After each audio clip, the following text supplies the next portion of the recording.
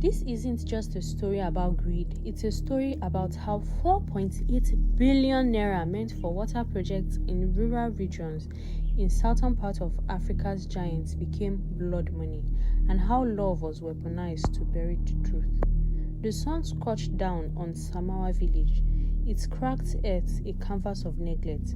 Empty yellow buckets sat lined up beside a borehole that hadn't produced a single drop of water in months. Flies buzzed lazily as children kicked sand and mothers waited silently, hope buried beneath years of government lies. Idris Kabir adjusted the strap of his audio recorder, squinting as he stepped out of a battered radio van. He scanned the village, his journalist instincts already picking out the tension in the air. 4 years, he muttered, flipping open his notepad. 4.8 billion budgeted, nothing on ground. Beside him, Murtala, his longtime cameraman and friend, yanked a tripod out of the back seat. People don't drink numbers, Idris Murtala said. They drink mud, and even that is running out. As they set up their gear, an old man pushed through the crowd. His back was bent, but his voice was firm. Are you from the government? He barked. No, Baba, Idris replied. We're here to tell the truth. The man stepped closer. Then hear this truth. Them don't chop all the money. This borehole na fake. Audio project. Every election season, they come and they go promise us different things, but the water go never come. Back in the city, the real digging began. Idris sat hunched over procurement files. Late into the night, Murtala's laptop cast a faint glow over a wall covered in names, receipts, and company registrations.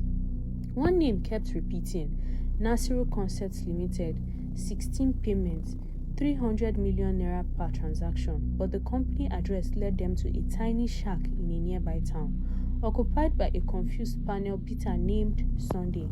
I don't know anything about borehole projects, Sunday stammered. Them just use my name register company. I never see 1 naira. Deeper still, the rot festered. One of the signatories was a cousin of the council secretary himself. Another was a ghost, a woman reported dead 2 years ago. When Idris brought the story to his editor Hajara, she didn't say a word for minutes. Then she exhaled slowly. Drop it, Idris. This one is above your pay grade. Above mine too. He stared at her, stunned. People are drinking mud, Hajara. Babies are dying from waterborne diseases, and you want silence? She looked him dead in the eye. I want you alive. The next night, a brown envelope appeared on Idris' desk. Cripps 1,000 naira notes packed neatly inside. 10 million. No letter, no name. He didn't hesitate. He took a photo, posted it on social media page with a single caption. I didn't become a journalist to sell headlines.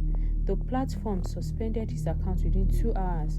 When Idris got home, his door was already open. Nothing was missing, but a photo lay on his bed. It was him and Aisha. Red ink slashed across her eyes. Her life or your truth. And just like that, everything changed.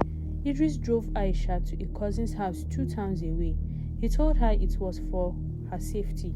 She didn't argue. She kissed him and whispered thank you and disappeared into the house. He called the next day, no answer.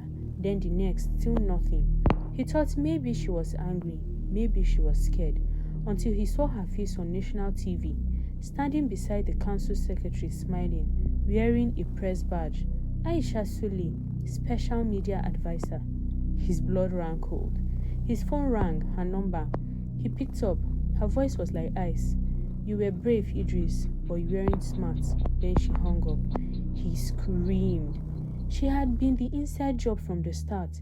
Every conversation, every quiet night together, every whisper fear, it had been a performance. He collapsed. The next day's blood, his flat was searched. His name was blacklisted. No paper would publish his work. He was locked out of every system that once gave him a voice. Even Murtala stopped answering. The system had won again.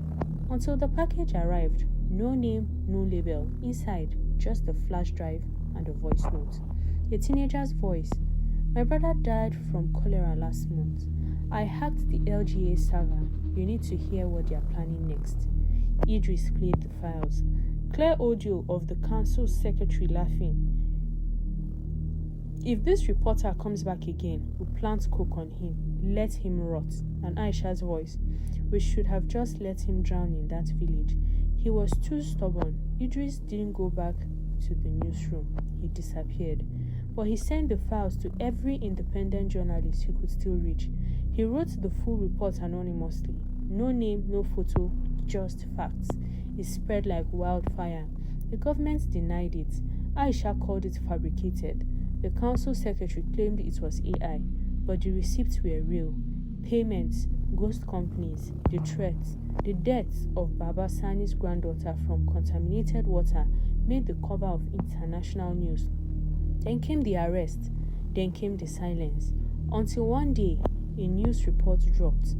This one showed Aisha's bank statements, her call logs, her involvement.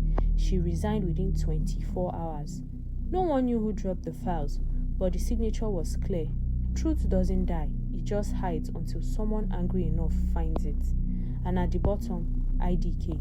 People started guessing, IDK, Idris D. Kabir, but no one ever saw him again. Some say he's living in the north under a new name. Some say he was killed. But the water finally flowed in Samawa, and the money finally dried up for the greedy. In classrooms, in press rooms, in underground media hubs, the name IDK became more than a whisper, it became a warning. Not everyone has a price. Some people are too broke to sell their soul, but too rich in purpose to ever bow to fear. So if you're watching this and you're chasing a story, a dream, or justice, don't stop. You may not win the war today, but every truth you speak is a match in the dark. And one day, that flame will burn through everything they've tried to hide. Because they can buy silence, but they'll never own your voice.